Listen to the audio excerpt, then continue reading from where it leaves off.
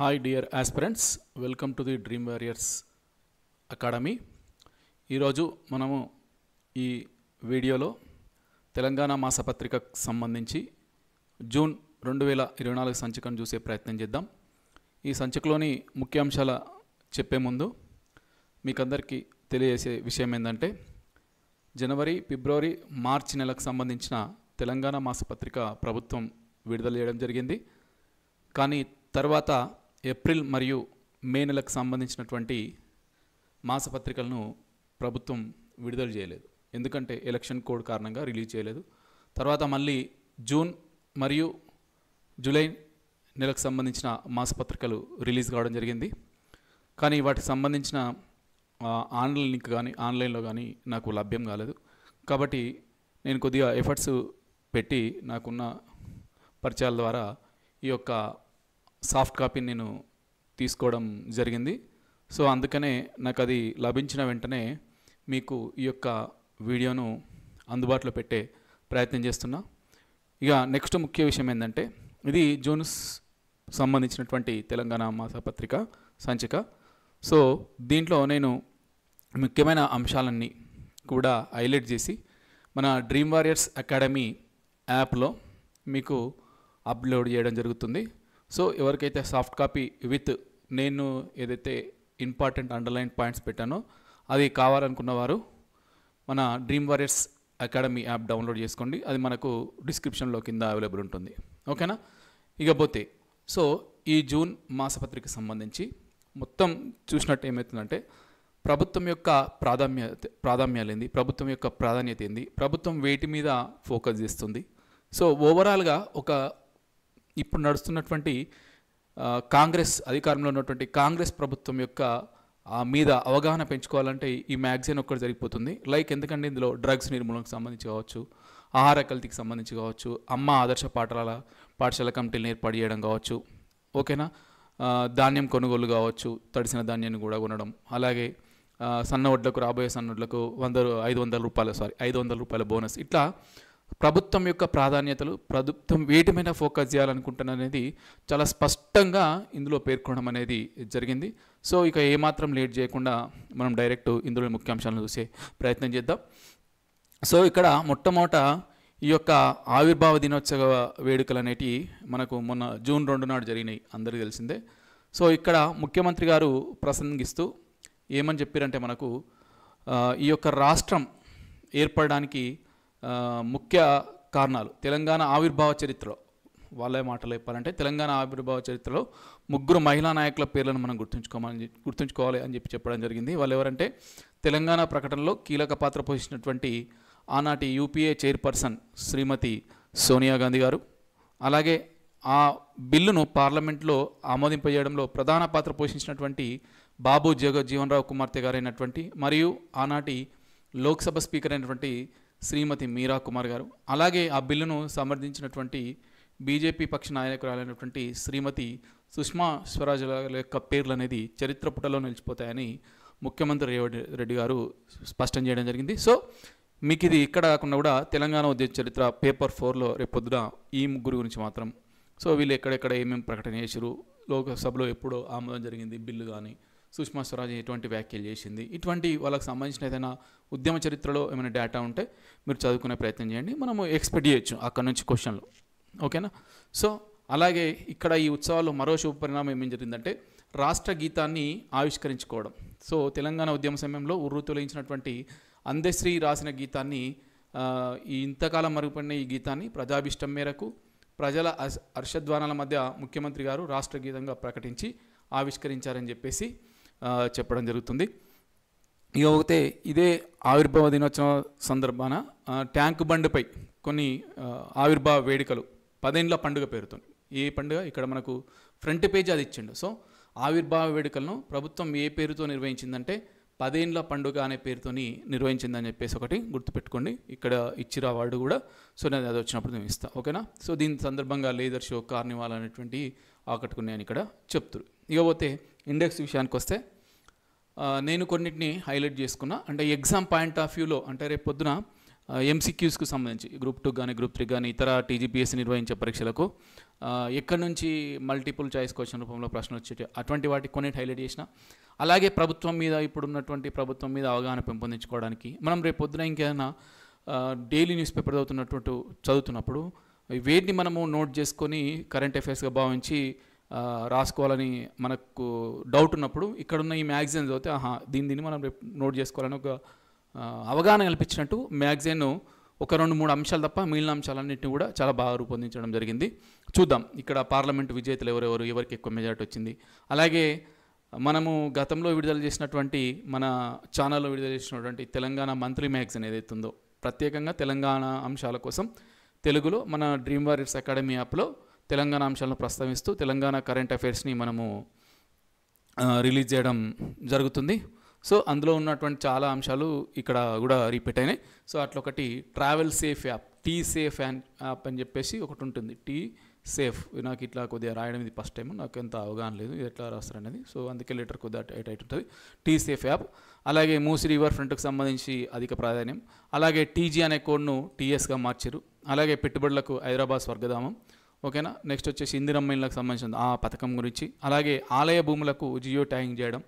ఓకేనా. సర్కార్ బడులకు మార్గదర్శనం అంటే ఇక్కడ అమ్మ ఆదర్శ పాఠశాలను కమిటీలను ఏర్పాటు చేయడం. వాళ్ళు ఇంతవరకు అయితే వాళ్ళ పనులు అప్పగిస్తారు. తర్వాత ఎన్ని ఖర్చుతో కూడా అంటే అమ్మ ఆదర్శ పాఠశాల కమిటీలు పనులు చేపట్టాలంటే వాళ్ళు ఇంత ఎక్స్పెండిచర్ ఉన్న దానికే వాళ్ళకి లిమిట్ ఉంది. ఆ లిమిట్ దాటితే ఇంకోరికి ఉంది. అట్లా ఉన్నాయి, వస్తాయి, చూద్దాం. ఓకేనా. సో ఇట్లా కొన్ని ముఖ్యాంశాలు ఉన్నాయి. సో నేను మాత్రం ఇదైతే ఇక్కడ ఉన్న ఫస్ట్ పాయింట్ ఏదైతే ఉందో డిసెంబర్ 9న తెలంగాణ తల్లి ఉత్సవాలను జరపాలని చెప్పేసి రాష్ట్ర ప్రభుత్వం అధికారికంగా నిర్ణయించింది. డిసెంబర్ 9న ఉత్సవాల్ని ప్రభుత్వం అధికారికంగా జరపాలని నిర్ణయించింది. ఎందుకంటే అదే రోజు ఆనాటి కేంద్ర హోంమంత్రి చిదంబరం అధికారికంగా డిసెంబర్ 9నే ప్రకటించారు. మనకు ఉద్యమ చరిత్ర తెలుసుకున్న అందరూ కూడా తెలుస్తుంది. మొట్టమొదటి ప్రకటన అనేది డిసెంబర్ 9 నాడు వెలువడింది కాబట్టి సో ఆ డిసెంబర్ 9కి గుర్తుగా రాష్ట్ర ప్రభుత్వం ఆ డిసెంబర్ 9ని తెలంగాణ తల్లి ఉత్సవాల పేరిట అధికారికంగా నిర్వహించాలని చెప్పేసి నిర్ణయం తీసుకున్నట్టు మనకి ఇక్కడ స్పష్టంగా తెలియజేశారు. మరి ఒక్కటైతే నోట్ చేసుకునే ప్రయత్నం చేయండి. ఓకేనా. తర్వాత వచ్చేసి కంటోన్మెంట్లో కాంగ్రెస్ విజయం. ఇక్కడ మనకు సికింద్రాబాద్ కంటోన్మెంట్ అసెంబ్లీ స్థానానికి ఉప ఎన్నిక జరిగింది. సార్ మనకి ఇదెందుకని మీకు డౌట్ రావచ్చు. రేపు పొద్దున క్వశ్చన్ ఎట్లా ఫ్రేమ్ చేయొచ్చు అంటే ఈ క్రింది ఏ నియోజకవర్గానికి ఉప ఎన్నిక జరిగిందని కావచ్చు, లేదంటే ఏ కారణం చేత ఉప ఎన్నిక జరిగిందని కావచ్చు అడగవచ్చు అట్లా. సో అందుకే ఇక్కడ రాసిరు కాబట్టి ఒక 1 మినిట్ అవుతుంది, లేదంటే 30 సెకండ్లు. సో ఎందుకని చెప్పేసి చెప్తున్నా, ఎందుకైనా మంచిది అని చెప్పేసి.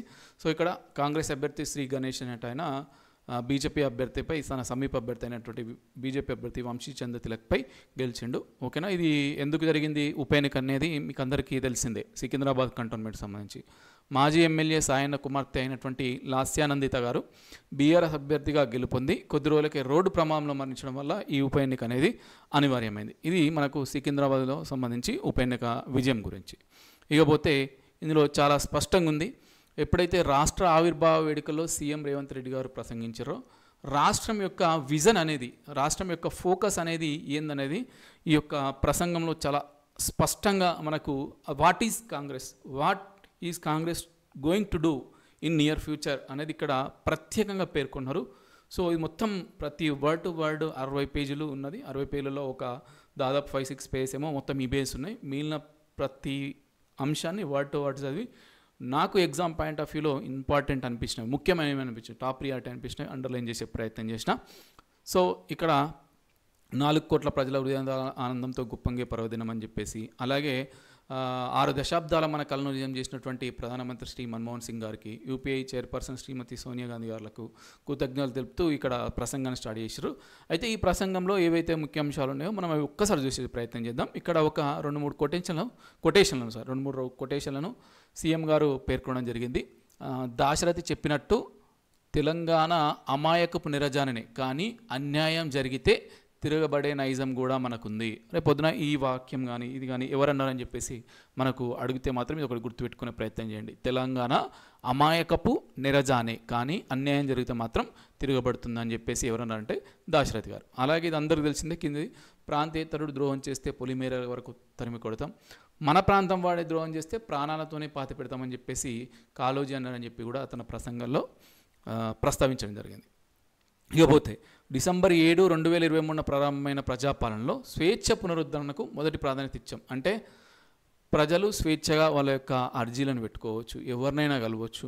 ఓకేనా, నిరసనలు అటువంటి ధర్నాలకు దిగాల్సిన అవసరం లేదు. మీకు ప్రభుత్వం ఎల్లప్పుడూ అందుబాటులో ఉంటుంది. సింపుల్గా చెప్పాలంటే ఈ వర్డ్స్లో. ఓకేనా, మున్సిపల్ కౌన్సిల్ నుండి ముఖ్యమంత్రి వరకు కూడా ప్రజలకు అందుబాటులో ఉండే పాలన తెచ్చమంటుండు. అలాగే చాలాసార్లు మనం చెప్పుకున్నాం, మళ్ళీ చెప్తున్నా, ఇక్కడ ఉంది కాబట్టి ప్రగతి భవన్ను ఏమని పేరు పెట్టారంటే మహాత్మా జ్యోతిరావు పూలే ప్రజాభవన్గా మార్చారు. ప్రగతి భవన్కి ఏమైనా పేరు పెట్టండి, మహాత్మా జ్యోతిరావు పూలే ప్రజాభవన్గా మార్చి ప్రతి మంగళ శుక్రవారాల్లో ప్రజావాణి కార్యక్రమాన్ని నిర్వహిస్తారు. ఓకేనా, అలాగే తెలంగాణ ఈ 10 ఏళ్ల పాలన ఏం జరిగిందనేది ఒకసారి వాళ్ళు ప్రస్తావించారు, చూద్దాం.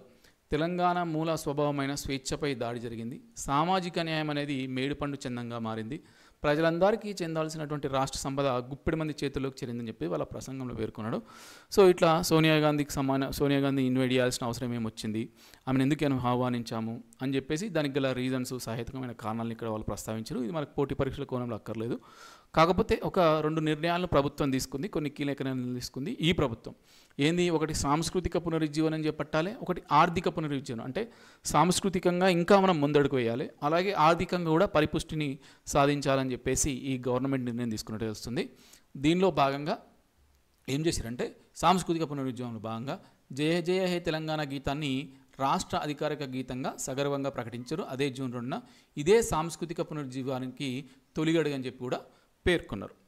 ఓకేనా, ఇంకా నెక్స్ట్ పోతే అలాగే ఇప్పుడు అక్కడ రాష్ట్రగీతం అనేది అధికారికంగా గీతంగా సగర్వంగా ప్రకటించారు. ఇది సాంస్కృతిక పునరుజ్జీవనంలో ఒక భాగం, అది జూన్ 2. అలాగే ఇంకేం మార్పులు చేస్తారంటే చిహ్నంను కూడా సలహాలు సూచనలు తీసుకొని మార్చే ప్రయత్నం చేస్తున్నామని చెప్తారు. అలాగే అంతకుముందుకే వాహన రిజిస్ట్రేషన్లో రాష్ట్రాన్ని టీజీ ఉండాలని, టీఎస్ ఉండే, ఇప్పుడు దాన్ని టీజీ చేసి మీకు అందరూ తెలిసిన విషయమే. సో దానికి కొన్ని కారణాలు చెప్పారు, మేము టీజీని ఎందుకు చేయాల్సి వచ్చింది అనేది.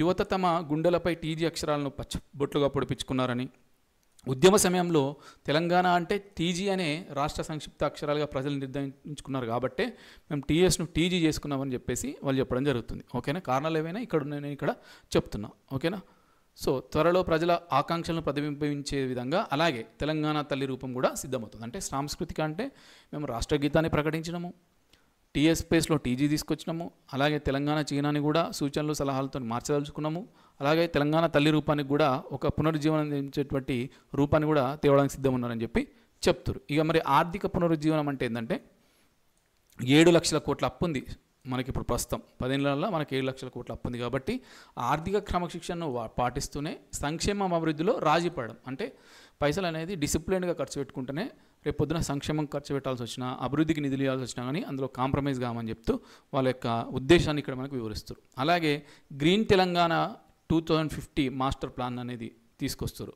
ఓకేనా, సో దీంట్లో భాగంగా రాష్ట్రాన్ని, ఇది ఆల్రెడీ మొన్న SWO హాస్టల్ వార్డెన్ ఎగ్జామ్లో అడిగింది అనుకుంటా, నేను కూడా మన కరెంట్ అఫైర్స్ పీడిఎఫ్లో పెట్టిన. రాష్ట్రాన్ని 3 జోన్లుగా విభజించారు. ఇది చాలా ఇంపార్టెంట్ అండి. అంటే ప్రియారిటీ ఇంపార్టెంట్ అంటే నేను దాన్ని ఎక్కువ ఫోకస్ చేయ, అంటే ఇంపార్టెంట్ అనే వాటిని నేను ఎక్కువ ఆన్లైన్లో యూజ్ చేయ. సో ఫోకస్డ్ మనం ఇక్కడ బాగా ఫోకస్ చేయాలి. ప్రియారిటీ అంశం, రాష్ట్రాన్ని ఇప్పుడున్న ప్రభుత్వం వాళ్ళకున్న లక్ష్యాలకు అనుగుణంగా, ఉద్దేశాలకు అనుగుణంగా 3 జోన్లుగా విభజించింది. ఒకటి, ఇది గుర్తుపెట్టుకోవాలంటే మనం హైదరాబాద్ నుంచి మూవ్ కావాలి. హైదరాబాద్ నుంచి ఔటర్ రింగ్ రోడ్ వరకు ఒక ప్రాంతం, అది అర్బన్ తెలంగాణ. హైదరాబాద్ నుంచి ఔటర్ రింగ్ రోడ్కి వస్తున్నాం మనం, ఆ మధ్యలో ఉన్న అర్బన్ తెలంగాణ. ఇప్పుడు ఔటర్ రింగ్ రోడ్ దాటాం, ఔటర్ రింగ్ రోడ్ నుంచి ఇప్పుడు రీజనల్ రింగ్ రోడ్ వేస్తారు కదా కొత్తది, ఈ రెండింటి మధ్య ప్రాంతం సబర్బన్ ప్రాంతం రెండోది. ఓకేనా, తర్వాత మళ్ళీ రీజనల్ రింగ్ రోడ్ దాటి రాష్ట్ర సరిహద్దుల వరకు ఉన్నది గ్రామీణ. సో మొత్తంగా 3 జోన్లు ఉన్నాయి, ఒకటి అర్బన్, ఒకటి సబర్బన్, ఒకటి గ్రామీణ. సో ఈ 3 జోన్లు ఆల్రెడీ హాస్టల్ వాడినే మొన్న ఆన్లైన్లో ఎగ్జామ్ అడిగారు, మరి రేపు పొద్దున అడుగుతారా అడగారు అనేది తెలియదు మరి. ఓకేనా, చూద్దాం. ఇక నెక్స్ట్, మూసీ సుందరీకరణ కూడా అత్యధిక ప్రాధాన్యం ఇస్తారు. సో దాన్ని ఒక ఉపాధి కల్పన జోన్గా, ఎట్లా అంటే పర్యాటకంగా, పర్యావరణ రూపంలో అన్ని రకాల అభివృద్ధి చేసి దాన్ని ఒక ఉపాధి కల్పన జోన్గా తీర్చిదిద్దామంటారు. సో దాంట్లో తాత్కాలిక బడ్జెట్లో 1000 కోట్లు కేటాయించినట్టు వాళ్ళు చెప్తున్నారు. ఓకేనా, తర్వాత రీజనల్ రింగ్ రోడ్ కూడా అధిక ప్రాధాన్యత ఇస్తాం. ఓకేనా, అలాగే డ్రగ్స్పై కూడా ఉక్కు పదం మొత్తం డ్రగ్స్ అన్న మాట వినవద్దు, దీనిపై అత్యంత కఠినంగా వ్యవహరిస్తాం మేము. దీనికోసం TNABకు పూర్తి సహకారం ఇస్తామని చెప్తారు. మనకి ఇక్కడ రేపొద్దున ఎట్లా క్వశ్చన్ అడవచ్చు అంటే, TNAB అనేది తెలంగాణలో దేనికి సంబంధించి అంటే డ్రగ్స్ నిర్మూలనకు సంబంధించి చెప్పేసి గుర్తుపెట్టుకోవాలి. డ్రగ్స్ నిర్మూలన కాకుండా ఇంకా 2-3 ఆప్షన్లు కూడా ఇచ్చి మనల్ని అడిగేటువంటి అవకాశం ఉంటుంది. ఓకేనా, నెక్స్ట్ చూద్దాం. ఇక ప్రజాపాలనకు సంబంధించి దరఖాస్తులు తీసుకున్నారు కదా, దాని మీద కూడా మళ్ళీ రాశారు. 2023 డిసెంబర్ 28 నుండి 2024 జనవరి 6 వరకు అభయహస్తం గ్యారంటీల అమలుకు దరఖాస్తులు స్వీకరించడం జరిగింది. సో ఇందులో మొత్తం 1,28,00,000 దరఖాస్తులు వచ్చినాయి. అలా డూప్లికేట్ పోను 1,09,000 దరఖాస్తులు మిగిలినట. సో ఈ డేట్ అయితే ఒకసారి గుర్తుపెట్టుకోండి, ఇప్పుడు రాలే, రేపు పొద్దున్న రావచ్చు. డిసెంబర్ 28 నుంచి జనవరి 6 వరకు అభయహస్తం యొక్క దరఖాస్తులు స్వీకరించారు. ఇకపోతే 48 గంటల్లోనే 2 గ్యారంటీలు అమలు చేసినామని చెప్తారు. ఓకేనా, ఏంటది? ఆడబిడ్డలకు మరియు ట్రాన్స్జెండర్లకు, ఇది కూడా ఇంపార్టెంట్, గతంలో చెప్పినా మళ్ళీ చెప్తున్నాను. ఆడబిడ్డలకు మరియు ట్రాన్స్జెండర్లకు ఉచిత బస్సు ప్రయాణం సౌకర్యం కల్పించడం. అలాగే రాజీవ్ ఆరోగ్యశ్రీ, ఆరోగ్యశ్రీ అంటే మీకు అందరూ తెలిసింది కదా, దానికి ఒక పేటెంట్ అనేది కాంగ్రెస్ పార్టీ, ఎందుకంటే ఆ యొక్క పథకాన్ని తెచ్చిందే ఉమ్మడి ఆంధ్రప్రదేశ్లో కాంగ్రెస్ ప్రభుత్వం కాబట్టి దాని యొక్క పేటెంట్ కాంగ్రెస్కే చెందుతుందని చెప్పి వాళ్ళు చెప్పుకుంటారు. సో ఈ పథకాన్ని మరింత మందికి చేరవేసేలా 5 లక్షలు ఉన్న పరిధిని డిసెంబర్ 9న, చూడండి ఇక్కడ డేట్ కూడా ఇచ్చారు, డిసెంబర్ 9న 10 లక్షల రూపాయలకు పెంచడం జరిగింది. ఓకేనా, సో డిసెంబర్ 9న ఆరోగ్యశ్రీ యొక్క పరిమితిని 5 లక్షల నుంచి 10 లక్షలు పెంచారు. ఓకేనా, తర్వాత నోటిఫికేషన్ల గురించి రాయడం జరిగింది. అలాగే ఇందిరమ్మ ఇండ్లు కూడా ఈ ప్రభుత్వం యొక్క ప్రాధాన్యంగా వాళ్ళు చూపిస్తారు. ఈ ఒక్క ఏడాదే 22,500 కోట్ల రూపాయలు వెచ్చించి పేదల కోసం 4,50,000 ఇండ్లు కడతామంటారు. అట్లా ఒక్కొక్క నియోజకవర్గానికి 3,500, అట్లా 119 నియోజకవర్గాలు, మిగిలినన్ని కూడా రాష్ట్ర కోటాల అవసరాలకు అనుగుణంగా వేరే వాళ్ళకి రిజర్వ్ చేస్తారు. ఓకేనా, ఇక్కడ ఇది ఇంపార్టెంట్. విద్యారంగ ప్రక్షాళన క్వశ్చన్ ఎట్లా అడవచ్చు అంటే, తెలంగాణని ఎడ్యుకేషన్ హబ్గా మార్చాలనుకుంటారు. దీనికోసం అంతర్జాతీయ ప్రమాణాలతో మోడల్ స్కూల్ని ఏర్పాటు చేస్తారు. ప్రతి మండలంలో మన కరెంట్ అఫైర్స్ టెస్ట్ సిరీస్లో కానీ క్వశ్చన్ ఫ్రేమ్ చేసినప్పుడు ఏం చెప్పినామంటే, అంతర్జాతీయ ప్రమాణాలతో మోడల్ స్కూల్, బట్ ప్రతి నియోజకవర్గంలో ఇచ్చినాం కాదు, ప్రతి మండలంలో అంతర్జాతీయ ప్రమాణాలతో మోడల్ స్కూల్ని ఏర్పాటు చేయాలనుకుంటున్నారు ఈ గవర్నమెంట్. అలాగే స్కిల్ యూనివర్సిటీ కూడా ఏర్పాట్లు తీసుకొద్దాం అనుకుంటున్నారు.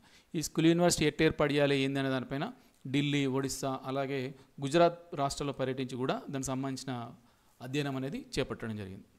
ఇక అలాగే అమ్మ ఆదర్శ పాఠశాల కింద 26,825 పాఠశాలలో మౌలిక సదుపాయాల కల్పన, బాలికల కోసం ప్రత్యేక టాయిలెట్లు, ఇట్లా కొన్ని కంపల్సరీ నీడెడ్ ఏదైతే మౌలిక సదుపాయాలు ఉన్నా వాటిని కూడా చేపట్టడానికి సిద్ధంగా ఉన్నాం అమ్మ ఆదర్శ పాఠశాల కింద అని చెప్తారు.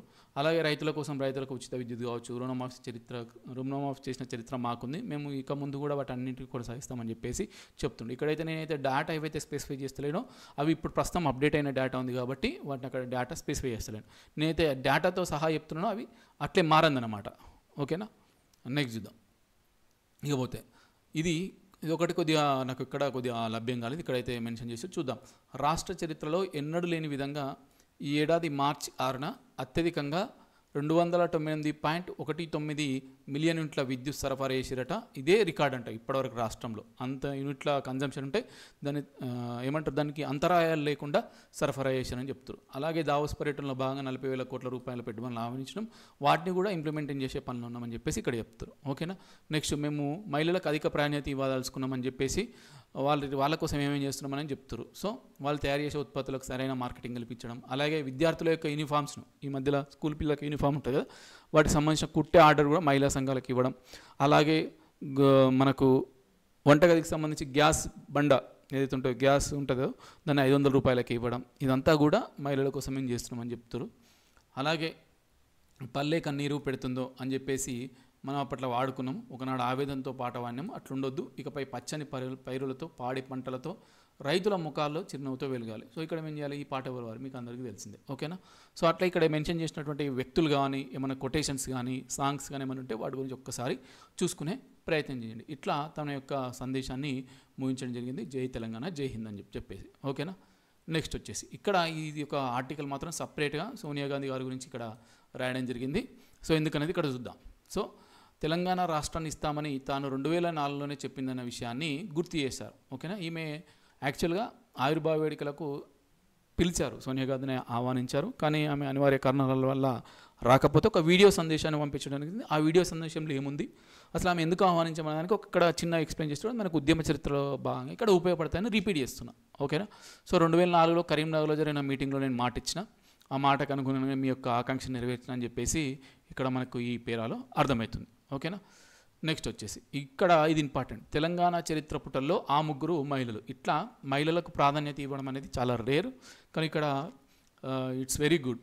తెలంగాణ ఉద్యమ చరిత్ర కోణంలో తెలంగాణ ఆవిర్భవించడానికి గల కారణాల్లో ముగ్గురు మహిళలను గవర్నమెంట్ పదే పదే ప్రస్తావిస్తుందంటే రేపు పొద్దున మీరు ఒకసారి ఈ ముగ్గురు గురించి కూడా చేసుకునే ప్రయత్నం చేయండి. ఇందులో ఒకరు యూపీఏ చైర్పర్సన్, ఆనాటి యూపీఏ చైర్పర్సన్ శ్రీమతి సోనియా గాంధీ గారు, అలాగే ఆనాటి లోక్సభ స్పీకర్ మీరా కుమార్ గారు, నేను స్టార్టింగ్లో చెప్పిన అప్పటి బీజేపీ ప్రతిపక్ష నాయకులైనటువంటి సుష్మా స్వరాజ్ గారికి కూడా ఎప్పుడు రుణపడి ఉంటాం అన్నట్టుగా ఇక్కడ ఈ ప్రభుత్వం అనేది చెప్పడం జరుగుతుంది. ఓకేనా. సో అలాగే రాష్ట్ర ఆవిర్భావ వేడుకల సందర్భంగా విధి నిర్వహణ ప్రతిభ కనపరిచిన పలు సందర్భాల్లో జాతీయ స్థాయి పథకాలు సాధించిన పోలీసు అందరికీ కూడా పథకాలను అందించి ఇలా పెద్ద లిస్ట్ ఉంది, ఇక్కడ నేను టచ్ చేయదలుచుకోలేదు. ఓకేనా. నెక్స్ట్ చూద్దాం.